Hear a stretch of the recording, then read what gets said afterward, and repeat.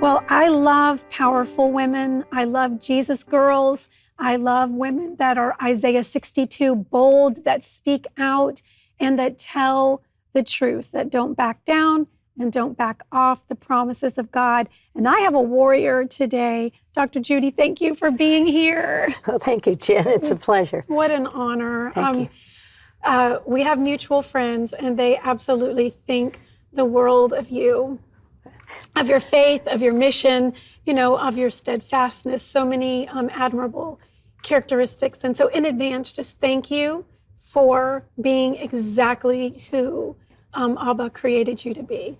Well, thanks so much, Jen. I appreciate that. Well, you have, for over 40 years, given your life to science. Is that the good way to say it? It is. It is the good way to say it, to natural science. Yeah. And you have helped countless others, and you've paid a tremendous price to do so.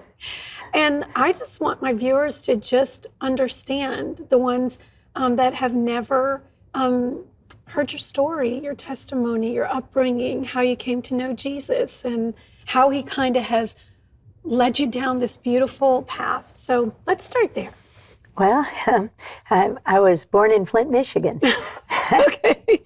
Baptized in, and I'm an identical twin. Oh, so Twin B is my name, at least according to that birth certificate. Yes. But according to Jesus, I was baptized as Judy Mikovits, and my sister, I won't say her name, but it's pretty close. Yes. Either way, we have the same initials, except for that middle initial. Yeah. So it's important that I always write Judy, I am. Yes. Here I am, Lord. That's awesome. So I use that because my grandfather, my parents were divorced when I was 10 years old, so we moved back to my mother's home, which was 417 Constitution Avenue Northeast in Washington, D.C. And my grandfather and my mother, was born there, and they were Cherokee Indian heritage. And also my grandmother, Hazel Willis, her parents were in the Salvation Army. So I was always surrounded by, as you might guess, song and music, and then a little bit of that Cherokee. Spunky. Yeah, Spunky, spicy. You might call it that. Determined, right? Yeah. So St. Thomas Aquinas School in Saginaw, Michigan, when I was 10 years old. I was always in trouble. They used to call me trouble. And because I'm watching hypocrisy. Yeah.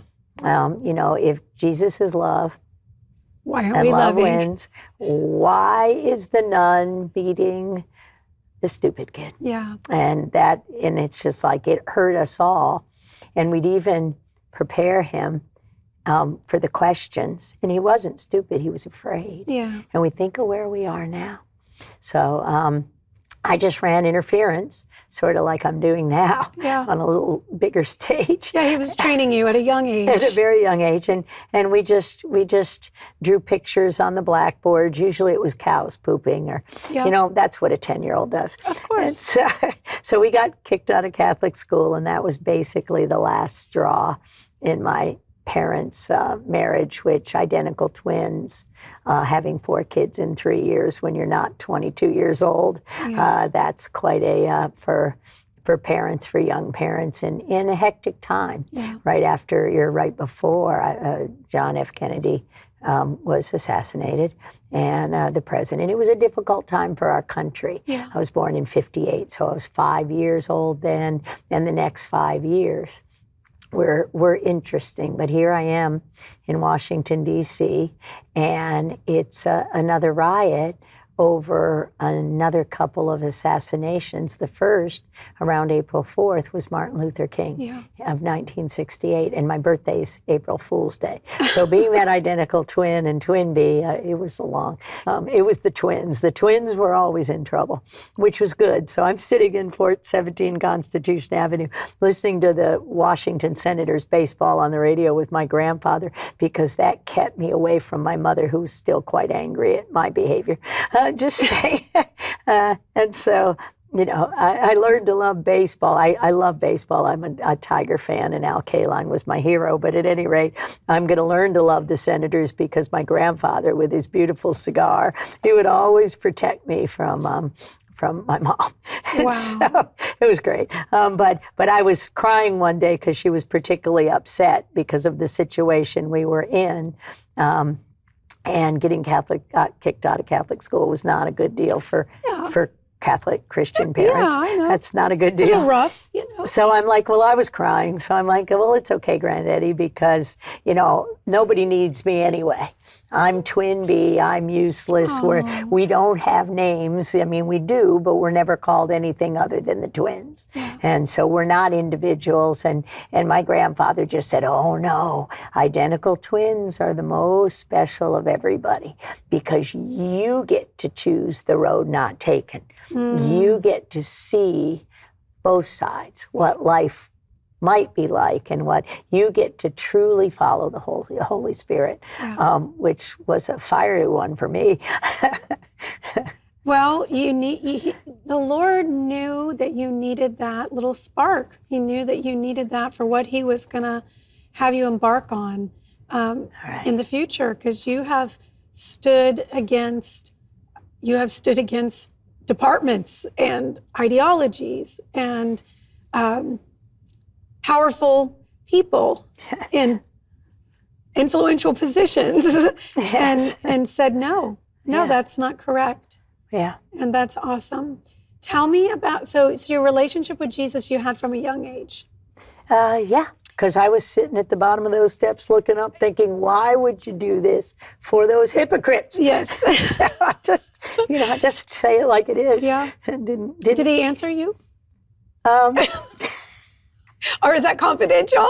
Well, over the years, yes. Yeah. It's like, yes, because people, as my pastor now, Rob McCoy at Godspeak Church in Thousand Oaks, who's given me a classroom, if you will, and books and the things that were stolen, and they're replaced. But when he asked me in 2023, do you want a classroom? And I just cried and shook my head and said, no, tired of teaching morons. Obviously, Jesus wasn't tired of me teaching morons and the ignorant. So at any rate, I had done that from a long time because all it was get them out of fear. Get people, we don't have to be afraid of this because we really do know that God's given us everything we need. Well, a couple years later, that grandfather gets a diagnosis of lung cancer. And it's hush-hush then. Think about it, 1971, 68, 69, 71, and cancer's a closet disease. It simply doesn't exist. Nobody knows anyone. They don't know if it's contagious. They don't know if you could catch it, but everybody's really hush-hush. And one day everybody was saying, Granddaddy's gonna die, and we heard him coughing. So I go to him one day when the baseball game's not on yet, and I said, Granddaddy, you're gonna die. And he's like, he said, don't tell George. I don't want George to hear. And George was the dog, little black dog named George. So I'm like, well, okay, but what am I gonna do? And he's like, you'll be okay. And I'm like, no, you're leaving me with her. Like, who? I'm not gonna get any more baseball. This isn't gonna go well for me. But and it was that day basically that I decided, come on, we got plants, we got sunshine, we got everything. That was my heritage in the Cherokee space, but also in the Austro-Hungarian space. My grandfather was Austrian, and my grandmother on the other side, my father's mother, was from Budapest, and she was a cook. Wow. And so, oh man, can I cook? So I love to cook, and I love just to see how things work always. But when I was 5 years old, still in Michigan, and another trauma for our family, my grandmother had a stroke, my father's mother. And the stroke, we learned years later, was caused by science, medicine, not science, because science is not medicine. That's right. That's Medicine good. is the practice of science. That's right. So that she had a stroke, and she, because they tried to fix a heart murmur, her heart skipped. And Yes. it's like, well, at the University of Michigan, they know more than God. And so, well, she was born that way. All of us in our family have that, everybody. Yeah. And so, but at any rate, I knew that. And it was fascinating to me because she could no longer speak. Yeah. And yet you could just keep feeling her love. Yeah. And I didn't see her for decades till I was in college at the University of Virginia, which Thomas Jefferson's university. The motto when he formed it, instead of Harvard, he said, we can't end up being like Harvard. Oh, wow. He said, for here, we are not afraid to follow the truth. Afraid, fear thing.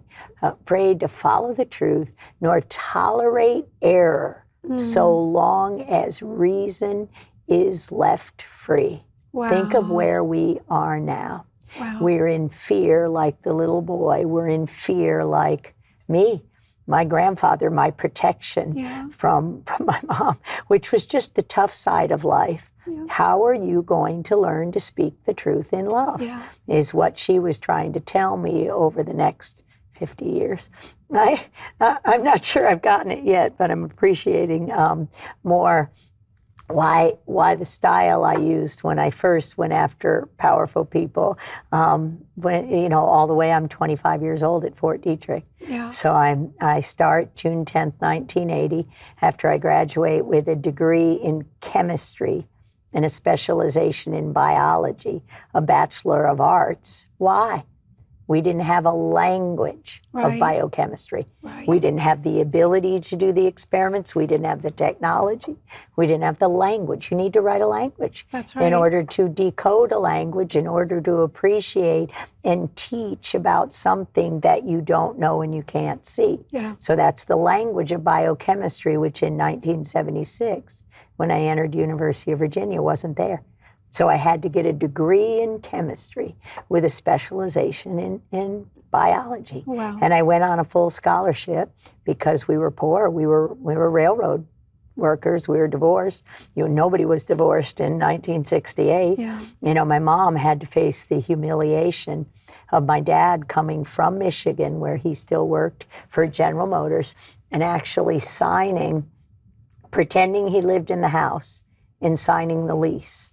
And so can you imagine the humiliation of a single mom taking care of 4 kids, between the ages of basically 9 and 11? Yeah. That was 1970s. That was 74, 75, 76, another time of tumult in this country. And now we can start seeing the plan. Mm-hmm. Now we can start seeing, this was the book, my book, Plague of Corruption, that ended up being that New York Times bestseller, Plague of Corruption. It was a 100-year plague of corruption that's culminated in where we are today. And the patterns they use are essentially the same. Yes. The weapons, and we know that there's nothing new under the sun. That's right. And there's no weapon formed against us. So holding fast to that, but also throughout my career of going back to, let's just say, my mom's anger. Yeah. And that was my that was my gut response. Yeah. That fire in my belly is, no, you don't treat human beings like that. Yeah. And you certainly don't treat women and children like that. Because my sister used to say, Judy, Granddaddy was mean. And I'm like, yeah, I know, right? So we could stand behind Granddaddy and nobody touches us. That's who our dads, that's who our fathers need to be. Yes. That's God the Father who we learned growing up. That's Jesus on that cross that would take anything for us. Right. And that's what we needed to do. And that's why I've really only learned it since my mom passed away in 2019. I've really only learned why she was so angry. Yeah. And I get it, but I have to try to have joy in all of this. God doesn't waste a thing. No. You can look back and say, okay, well, anger is a secondary emotion. The primary emotion is hurt, and you can go back and unpack, why was she hurt? Well, just a little you said, we understand why she was hurt. Right. But I think that it's amazing that he doesn't waste anything, that even that anger became fuel for you. He took what the enemy meant for bad to turn to good, and he knows what we need so much better than we do, and he'll redeem the difficulties for his glory if we're surrendered. And you surrendered, you're yielded, you want his will. Right. I definitely want his will. Yeah. Okay, so we can talk. Either we can talk about the things that led up to the Plague of Corruption book, and subsequently you've written 3 others, so there's 4, correct? Correct. And people can find those on therealjudy.com. The real Dr. Judy.com. Right. That doctor is precious. Yes. I know. Therealdrajudy.com. That's where we can find the podcasts, the teachings, the papers, the things you've published, your accolades, and the books. Yeah. And even you do podcasts where you read the book, where and then you pause it and you help us. It's a classroom. You teach us in real time. I got to enjoy one of those last week. So we can either talk about that, or we can talk about David. What do you think? Well, it's interesting. I think it both can run together. So let's see how we do. Well, so I'm at the National Cancer Institute from June 10th, 1980 to May 11th, 2001. But in 1999, in the beginning of the year, at the end of 1998, I get in trouble again. Let's just leave it at that. So I get in trouble. And from the medical community, from my bosses at Fort Detrick, not Dr. Rossetti, but from the higher ups. Okay. Because I was watching. You were not coloring in the lines, right? No, I just saw them doing a few things, changing a little data, taking equipment, allowing things to change things in a way that unethical, immoral, unconstitutional, illegal, criminal, and could lead to a situation of a leak, an outbreak, whatever. So I'm watching this again, and this is not the first time after 15 or 18 years there. So in 1999, I got in trouble. Well, I got in trouble. I threatened a guy in a wheelchair. Well, I didn't threaten him. I was going to carry out. It's like, you do that, you make that choice, and I will do this. And you can't get there earlier than I can, and you can't stay there later than I can, and it will not happen on my watch. And I had to go to sensitivity training. They said I had an anger management problem. Actually, when I got to the nurse, and she's like, "Oh, we're here for a sensitivity training." I'm like, "You're kidding me, right?" Oh, goodness. She said, and she's like, and I told her what happened, much like I sat here and told you what happened. She's like, "Well, you don't have an anger management problem. I'd have probably killed him." So, comforting. And I didn't threaten that. I mean, I told him over my dead body, but that's the same line I've used today. So I ended up, they thought they set me up to fail. But I ended up watching an altercation between management and another scientist who was quitting a program over much the same reason. And the lab was called the Lab of Antiviral Drug Mechanisms. What did I do? How do drugs from plants heal viruses or poisons, any kind? So I said, he quit that day, walked out of the boss's office. And I said, I can do that job with one hand tied behind my back. And he pretended I was arrogant, but hey, I could. And I knew I was in trouble, so that was one way to get out of it. I was sitting in the president's office, Oops. And so I said, I can do that job with one hand, not tying my hand. And he said, well, you'd better, because you just did this and you've got a little problem. I said, fine. And it was an $80,000 a year job. I never made more than that in the National Cancer Institute after 20 years. Wow. And this was 2000, 1999. So I got the job January 4th of 1999 to lead the lab of antiviral drug mechanisms. And, basically got the diagnosis and the treatment in only 2 years. Wow. Of all of this, of all of AIDS. It doesn't matter which acquired immune deficiency or dysfunction you had. Got the PCRs, designed all the cytokine signatures of disease, and all at LADM in less than 2 years. But my first job was to go to California, Ventura, California, to a meeting on HIV drug resistance. And it was a meeting in Ventura. And on that first night, Dr. Rossetti said, go out and watch the sunset, because I'd never been to that part of the country before. And I ended up watching the sunset, and I'm looking straight out at the ocean, and very funny, Frank. He knows I'm geographically challenged, and so there's no sun.